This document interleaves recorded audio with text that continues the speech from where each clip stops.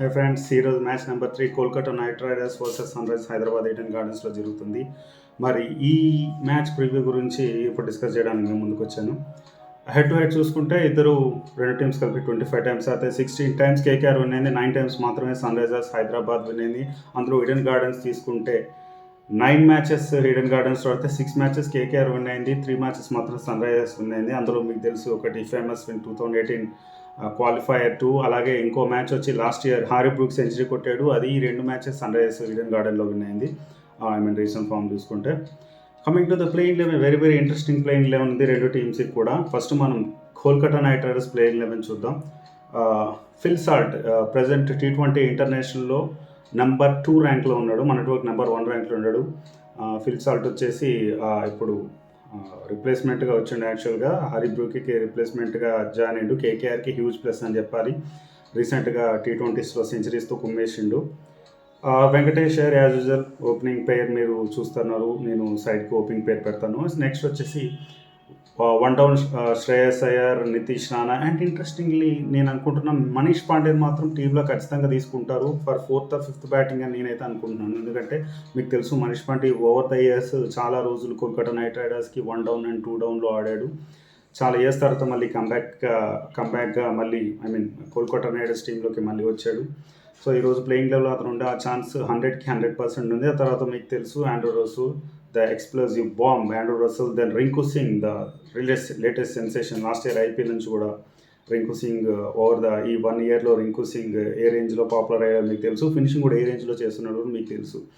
Then మీకు Sunil Narine, the Caribbean spinner, స్పెషల్గా చెప్పాల్సిన అవసరం లేదు. ఆ తర్వాత వరుణ్ చక్రవర్తి, అలాగే సుయన్ శర్మ ఇంపాక్ట్ ప్లేయర్గా బౌలింగ్ వేయడానికి ఇంకొక స్పిన్నర్, లాస్ట్ ఇయర్ మంచి ఇంపాక్ట్ ఇచ్చాడు, అతను కూడా ఉన్నాడు.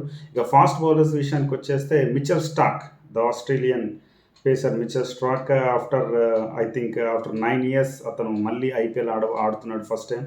ఎక్స్పెన్సివ్ బై, ఐపీఎల్ హిస్టరీలోనే ఎక్స్పెన్సివ్ బై మిచెల్ స్టార్క్ కూడా ఉన్నాడు. అలాగే ఇంకో bowler Harshit Rana last year డీసెంట్గా వేశాడు. సో మీరు కేకేఆర్ని చూసుకుంటే ఆల్రౌండర్స్ మీద డిపెండ్ అయింది. సునీల్ నారాయణ్, ఆండ్రూ రసూల్ సునీల్ నారాయణ్ మీద మెయిన్గా డిపెండ్ అయింది, మెయిన్ ఆల్రౌండర్స్ మీద డిపెండ్ అయింది. అలాగే మీకు మిచెల్ స్టార్క్ కానీ స్పిన్నర్స్ సుయాన్ శర్మ కానీ వరుణ్ చక్రవర్తి కానీ మంచి బౌలింగ్ ఉంది, మంచి ఎక్స్ప్లోజివ్ బ్యాటింగ్ ఉంది. సో చూడాలి, మంచి ఫినిషింగ్ ఉన్న కేకేఆర్ ఈరోజు ఎలా పెర్ఫామ్ చేస్తుందనేది చూడాలి. అండ్ మనీష్ పాండే కూడా తిరిగి టీంలోకి వచ్చాడు. మరి మనీష్ పాండే ఏ విధంగా తన కంబ్యాక్ ఇస్తాడని తర్వాత మళ్ళీ తన ఫేవరెట్ టీం ఎక్కువ రోజులు లాంటి టీంలోకి వచ్చింది కాబట్టి కోల్కతా నైట్ రైడర్స్ పరిస్థితి ఈరోజు మనం చూడాలి. Coming to the another team sun Risers Hyderabad గురించి చాలా చాలా చాలా ప్రజెంట్ అయితే హస్రంగా బ్యాన్లో ఉన్నాడు. అతను ఇంకా ఇక్కడ టీంలో అయితే జాయిన్ అవ్వలేదు, మోస్ట్ ప్రాబబ్లీ ఫస్ట్ ఫేజ్ అయితే రాడు. సో మీకు కొంచెం ఈజీగా ఉంది పిక్ చేయడానికి. ఫారెన్ ప్లేయర్స్ ఎవరు 4 picks అంటే ఈజీ చెప్పొచ్చు. హెడ్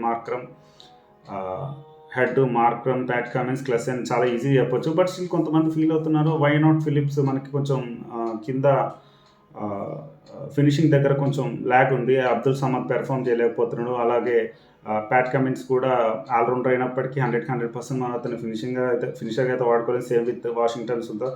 సో ఫిలిప్స్ని ఎందుకు తీసుకొని ఫినిషింగ్ దగ్గర పెట్టకూడదు అనే డిస్కషన్ కూడా జరుగుతుంది. చెప్పలేం, అది కూడా జరగచ్చు. But still I feel Markram is very important and crucial for sun Risers Hyderabad batting lineup.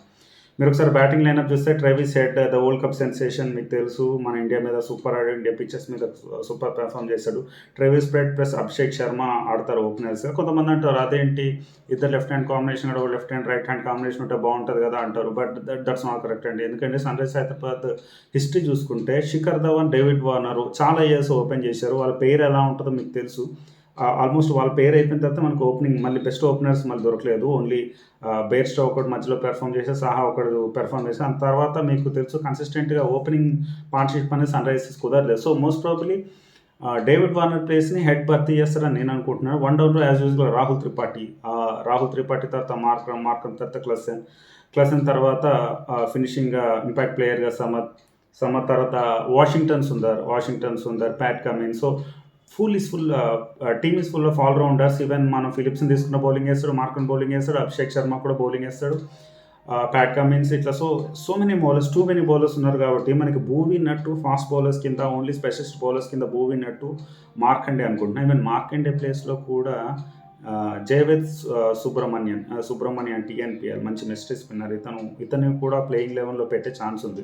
ఎందుకంటే లాస్ట్ ఇయర్ మనం మార్కం చూసాం, చాలా డీసెంట్ చేశాడు, below 8 economy, very very decent. But still I feel ఏమైనా ఎక్స్పెరిమెంట్ చేయాలంటే ఇప్పుడే కాబట్టి అతను బౌలింగ్ ఏమైనా నచ్చితే ఈరోజు అతను కూడా ఆడే ఛాన్స్ ఉంది. Same with Umran Malik playing లెవెన్లో ఉంటాడనేది అందరి పెర్సెప్షన్. ఖచ్చితంగా ఉంటాడు, ఉండాలి కూడా. బట్ అండ్ సమ్వే మనకి ఆల్రెడీ భూవీ ఉన్నాడు, నట్టు ఉన్నాడు, ప్యాట్ కమిన్స్ ఉన్నారు. ఇక్కడ మీకు 3 స్పీడ్ స్టార్స్ ఖచ్చితంగా 4 అవర్స్ కంప్లీట్ చేసినప్పుడు ఒక స్లాట్ అనేది మనకు ఒక ఫెసిలిటీ ఉంది కాబట్టి అక్కడ నితీష్ కుమార్ రెడ్డి తెలుసు మీకు, ప్రాక్టీస్ మ్యాచ్లో ఎలా 5 పవర్ ఆడాడు. ఈవెన్ సైద్ ముస్తాక్ అలీలో కూడా బ్యాటింగ్ బాగా చేశాడు. నితీష్ రెడ్డిని తీసుకుంటే ఆ బ్యాటింగ్ పవర్ అనేది కొంచెం పెరుగుతుంది అనేది నా ఫీలింగ్. అంటే ఉమ్రాన్ మలిక్ని టెస్ట్ చేయడానికి, ఉమ్రాన్ మలిక్తో 4 అవర్స్ కోట వేసేది ఉందో లేదో నాకు తెలియదు. 2 ఓవర్లు కొట్టించుకుంటే 2 ఓవర్లు పక్కా పెడతాం, డెఫినెట్లీ అది జరుగుతుంది.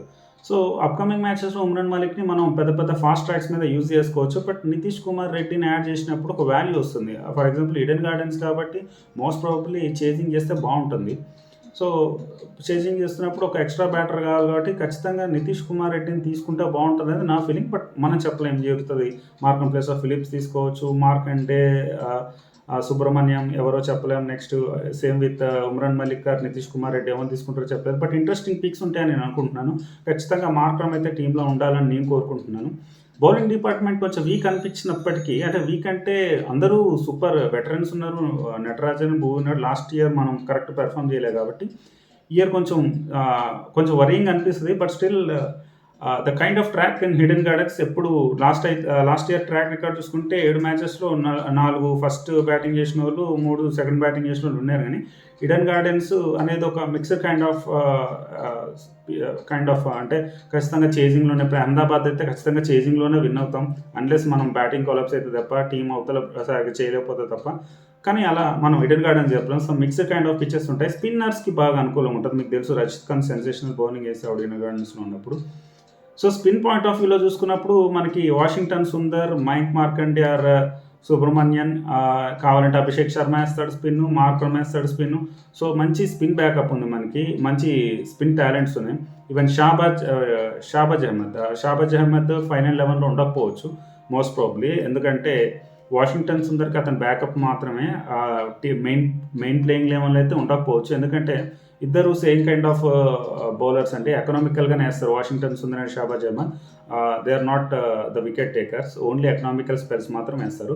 సో మోస్ట్ ప్రాబ్లీ నేను ఇక్కడ ఒక ప్లేయింగ్ 11 ఇచ్చాను, ఇందాక నుంచి డిస్ప్లే అవుతుంది, మీరు చూస్తూ ఉండండి. ఫైనల్లీ ఇక ఇంపాక్ట్ ప్లేయర్ దగ్గర కోసం మీకు సమాధానం చెప్తున్నాను. మోస్ట్ ప్రాబ్లీ మయాంక్ అగర్వాల్ అయితే ఈరోజు ప్లేయింగ్ 11లో ఉండకపోవచ్చు అని నేను ఫీల్ అవుతున్నాను. Coming to the match predictions, I feel sun Risers Hyderabad అయితే ఖచ్చితంగా విన్ అవుతుంది అనుకుంటున్నాను. అంటే నేను ఇందులో నిన్నట్లాగా ఆర్సీబీ వైల్డ్ గేస్ అని చెప్పట్లేదు. మోస్ట్ ప్రాబ్లీ ఈరోజు విన్ అవ్వడానికి ఎక్కువ ఛాన్స్ ఉంది. కొత్త కెప్టెన్, కొత్త కోచ్ అండ్ కొత్త కైండ్ ఆఫ్ పికింగ్ ఉంటుంది ప్లేయింగ్ 11లో. ఒక కొత్త స్ట్రెంత్ అయితే కనిపిస్తుంది, ఒక కొత్త ఉత్సాహం అయితే కిట్టు కనిపిస్తుంది. ఇంకో సైడ్ కేకేఆర్ కూడా తక్కువ టీం కాదు. కేకేఆర్లో కానీ ఆండ్రూస్, నరేన్ వీళ్ళందరికీ మంచి రికార్డ్స్ ఉన్నాయి. బట్ ఎస్ఆర్హెచ్ మీద వాళ్ళ రికార్డ్స్ కొంచెం కంపేర్ టు అదర్ టీమ్స్ కొంచెం తక్కువే ఉంటాయని నా ఫీలింగ్. సో మంచిగా కట్టడి చేయగలిగితే, కేకేఆర్ బ్యాటింగ్ లైనప్ని మంచిగా కట్టడి చేయగలిగితే, మనీష్ పాండే అన్న గురించి మనకు తెలుసు, మనీష్ పాండేతో అన్నతో ఎక్కువ బాల్స్ ఆడిపిస్తే ఖచ్చితంగా సన్ రైజర్స్ విన్ అయ్యే ఛాన్స్ ఉంటుందని నేను అనుకుంటున్నాను. Anyways, player to watch out for, నేను ఈ వీడియో నుంచి ఏ ప్లేయర్స్ని ఇంపార్టెంట్గా అండ్ బాగా రాణించే ప్లేయర్స్ ఒక 5గురిని చెప్దాం అనుకుంటున్నాను. నేను పెద్ద ప్రెడిక్ట్ చేయట్లేదు. బట్ మై గట్ ఫీల్ ఏంటంటే ట్రేవిస్ హెడ్, ఎస్ఆర్ఎస్ తరపు నుంచి 3, కేకేఆర్ నుంచి 3 చెప్తాను. ట్రేవిస్ హెడ్ బ్యాటింగ్లో, ఇంకా Travis Head and Markram and Mayank Markande ఒకవేళ ఆ టీంలో ఉంటే, వీళ్ళు 3 players watch out for Sunrisers time. KKR side నుంచి చూస్తే డెఫినెట్లీ నేనైతే కేకేఆర్లో ఈసారి అంటే ఈ ప్లేయింగ్ 11లో అయితే ఫిల్ సాల్ట్ని మనం జాగ్రత్తగా ఉంటే, అతను కూడా సూపర్ ప్లేయర్, మీకు తెలుసు. ఫిల్ సాల్ట్ మంచి ఓపెనింగ్. అండ్ ఈసారి ఎందుకో నాకు తెలియదు, శ్రేయస్ అయ్యర్ కూడా మంచి బూస్టింగ్ ఇస్తాడు అనిపిస్తుంది. అదేవిధంగా కేకేఆర్లో bowling lineup Mitchell Starc, the dangerous pacer, మీకు తెలుసు. సో ఈ ప్లేయర్స్ అయితే క్లిక్ అయ్యే ఛాన్స్ ఉంది. And coming to the final prediction, నాకైతే సన్ రైజర్స్ హైదరాబాద్ గెలుస్తుంది అనిపిస్తుంది. Very very balanced team and very good batting lineup. పోయినసారి కొంచెం కన్ఫ్యూజన్ అయితే జరిగింది. ఈసారి అయితే ఎవరి రూల్స్ ఏంటనేది అందరికీ పర్ఫెక్ట్గా తెలుసు కాబట్టి ఖచ్చితంగా కుమ్మేస్తుంది సన్ రైజర్స్ అని నాకు అనిపిస్తుంది. All the best sun Risers. And will meet after the match. Review videos కూడా కావాలంటే కామెంట్స్ చేయండి. మ్యాచ్ అయిపోయిన తర్వాత దాని రివ్యూ గురించి షార్ట్గా 5-6 మినిట్స్లో చెప్పుకుందాం. సన్ రైజర్స్ మ్యాచ్ కాబట్టి కొంచెం ఎక్కువ డిస్కస్ చేశాను, మరి మళ్ళీ ఎంత ఎక్కువైందని అనుకోండి. మీకు కానీ వీడియో నచ్చితే లైక్ చేయండి, షేర్ చేయండి, సబ్స్క్రైబ్ చేయండి. ఒకవేళ నచ్చకపోతే ఏం నచ్చలేదు అన్న మిస్టేక్ చెప్తున్నా కొంచెం ఫీడ్బ్యాక్ చెప్పండి కామెంట్స్లో. అది నాకు చాలా ఇంపార్టెంట్. ఎందుకంటే దాన్ని బట్టి నేను ఎందుకంటే ఎక్కువ టైం ఇన్వెస్ట్ చేస్తున్నా దీని మీద, మీకు అర్థమవుతూనే ఉంది. వీడియోస్ మీద వీడియోస్ చేస్తున్నా, దట్ నాట్ ద పాయింట్. జెన్యున్గా చూసి మీకు ఏమనిపించిందో కామెంట్స్ ఖరాఖండిగా చెప్పండి, so that I can change ఏంటి ఏముంది ప్రాబ్లం తెలుసుకుంటాను. Thank you guys. All the best sun Risers Hyderabad. Bye.